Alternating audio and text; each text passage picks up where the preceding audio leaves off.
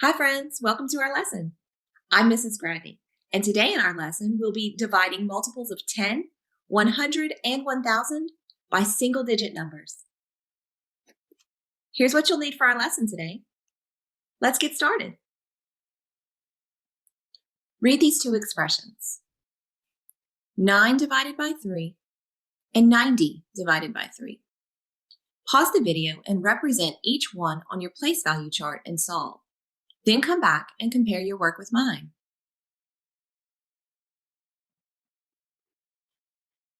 Compare your work with mine. Give me a number sentence in unit form for this first division.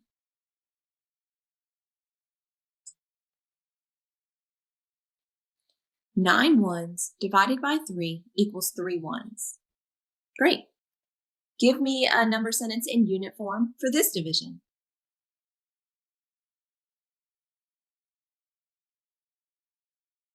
9 tens divided by 3 equals 3 tens. What do you notice about these two problems? You may have noticed that the work with the place value discs looks exactly the same. The discs are just representing different units. Do you think this would apply to other units as well? Let's see. Read these two new expressions now. 900 divided by 3, 9,000 divided by 3. How might we model these two expressions with place value discs? Pause the video to talk out your thinking. You might be thinking we can model these two problems similar to how we modeled the last two problems. There will still be 9 discs to divide into 3 groups. The discs will just be in a different column, in the hundreds column for this one and in the thousands column for this one. There won't be a remainder for either problem because 3 is a factor of 9, just like for these two. So pause the video and model these two problems with your discs. Write the quotient for each and write each number sentence in unit form, and we'll talk about it when you get back.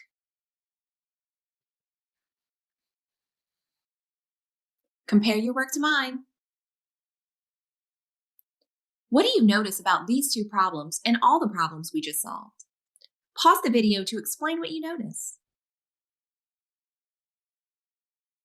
I bet you noticed that with each problem, we had 9 discs divided into 3 equal groups, and there were 3 discs in each group. The only difference is the unit the discs represented. Think about the connections we just saw between these problems. How can you use your basic facts to help you solve division problems with larger numbers? Pause the video to think about this and explain what you're thinking. Then come back and we'll discuss. I heard some of you say that if we can recognize our basic facts in a problem with larger numbers, we can solve the basic fact and then just think about the units. 9 of any unit divided by 3 will be 3 of that unit. We can see the basic fact, 9 divided by 3 equals 3 in all of these problems. 9 divided by 3 equals 3. 9 divided by 3 equals 3. 9 divided by 3 equals 3. 9 bananas divided by 3 will be 3 bananas, just like 9 hundreds divided by 3 would be 3 hundreds. So when we're solving division problems with larger numbers, it can be helpful for us to be thinking about the units and our basic facts. Let's try another one. Read the expression. 500 divided by 5. Pause the video and rewrite the expression in unit form.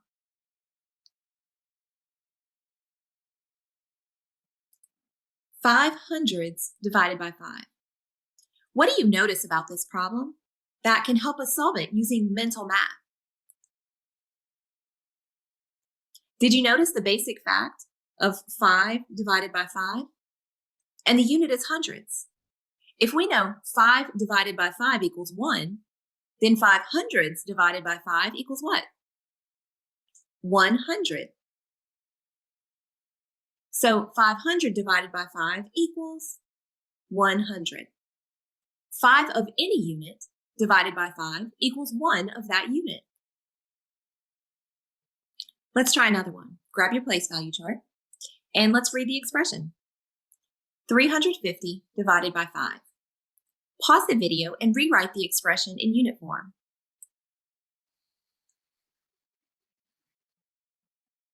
So 3 hundreds, 5 tens divided by 5.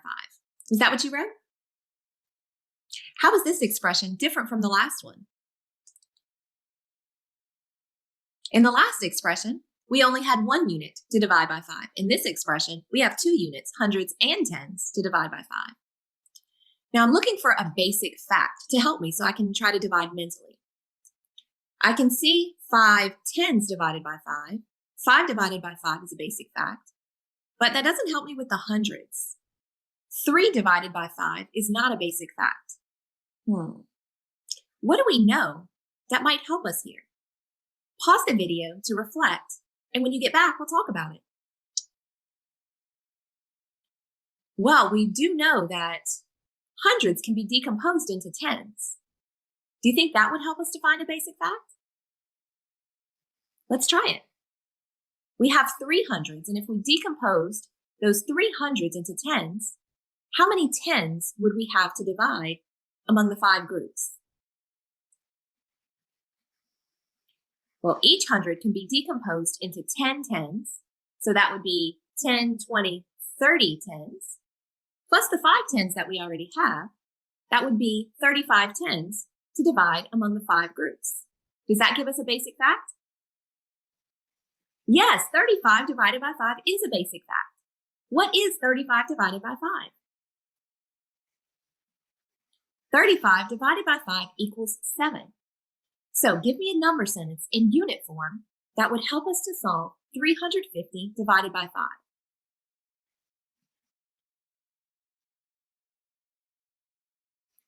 35 tens divided by 5 equals 7 tens.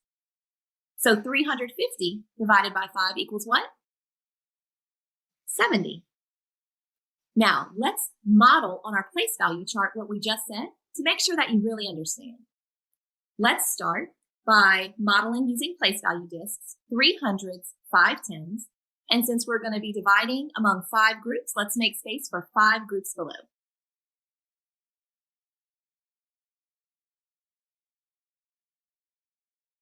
Now, 3 hundreds divided by 5 groups. Do we have enough hundreds to distribute them equally among the 5 groups? No, we don't. So what do we need to do? We can decompose those hundreds into 10 tens each. So let's do that.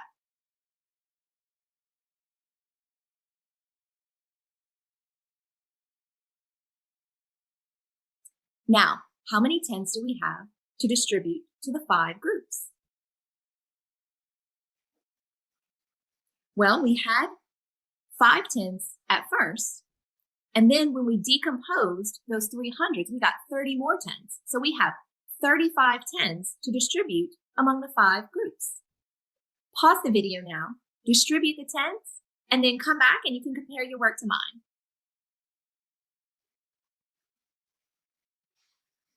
So how many tens are in each group? 7 tens. That's the same thing we found when we divided using unit form. Now I'm curious, how did you distribute those tens? Did you pass them out one at a time? Or did you use your basic fact to help you know how many tens would be in each group? Remember, when we use our basic facts, we can be more efficient. 35 divided by 5 is what? It's 7. Then we just need to think about the unit, tens.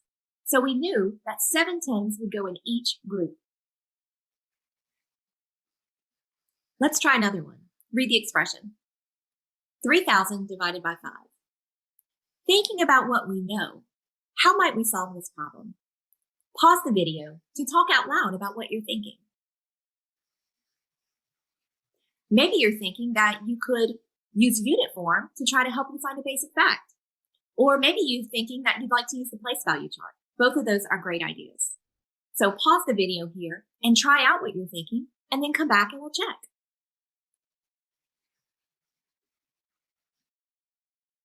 So what is 3,000 divided by 5? It's 600. Now here we can see 2 different ways that you could have shown your thinking. How do these 2 different ways, the place value chart and unit form, show the same thinking? Well, we can see that in both ways, the total amount we're dividing, 3,000, is represented first. So 3,000 here on the place value chart and 3,000s here in unit form. But then, realizing that we don't have enough thousands to divide equally among the 5 groups, those thousands were decomposed as hundreds. So here we can see 30 hundredths to divide among the 5 groups in the place value chart, and 30 hundredths to divide into the 5 groups here in unit form. 30 divided by 5 equals 6, and the unit is hundredths. So 30 hundredths divided by 5 equals 6 hundredths. Great work! Here are the last 2 problems we solved. How are these problems related? Pause the video to look at these and talk about what you notice. You may have noticed that in both problems, we had to change 3 larger units for 30 smaller units. In this one, we decomposed 3 hundredths into 30 tens, and in this one, we decomposed 3 thousands into 30 hundredths. It's like when we're subtracting and we don't have enough units. We have to change larger units for smaller units then too. Great connections. Let's apply what we're learning now to solve a word problem. We'll use the RDW process to help us make sense of the problem. So let's start by reading the whole problem together. Ready? Read. The Hometown Hotel has a total of 480 guest rooms. That is 6 times as many rooms as the Travelers Hotel down the street. How many rooms are there in the Travelers Hotel? Now let's think about what it's telling us and draw what we know. Let's go back and reread that first chunk. The Hometown Hotel has a total of 480 guest rooms. Pause the video now and draw for just that chunk.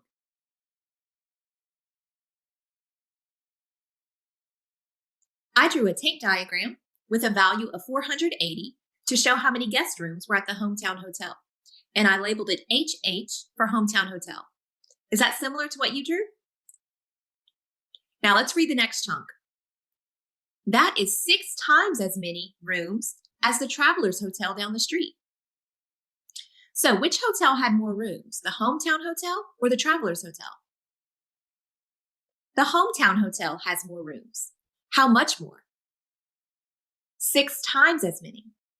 So pause the video here and add what else we know to your drawing, and I'll do the same.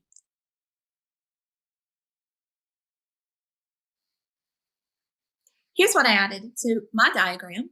Does yours look similar? How does this match what the story is telling us? Well, we know the Hometown Hotel has more rooms, so the tape should be longer, and it's 6 times as many. So the Travelers Hotel should only be equal to 1 of the 6 units in the Hometown Hotel. Great, so let's read that last chunk.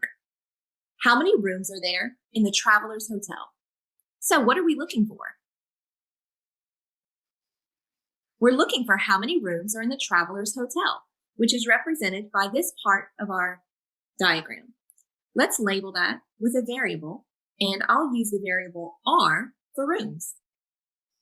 Now let the tape diagram speak to you. What does it tell you about how we might solve? Well, I can see a total of 480, and it's being divided into 6 equal units, and we're looking for the value of one of those units. So how can we find the value of 1 unit? We can divide 480 by 6. Pause the video here, solve the problem, and remember to write an answer statement. When you're done, come on back and we can check your work.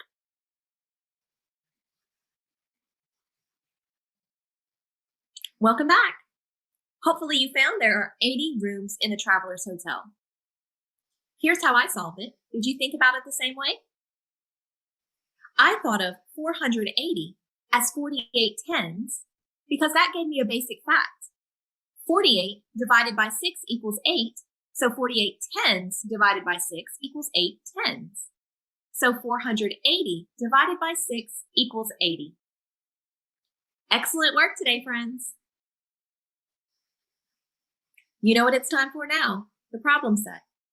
On the screen are the must-do problems for the problem set. Work on these problems for 10 minutes, and if you finish early, feel free to try any of the other problems as well.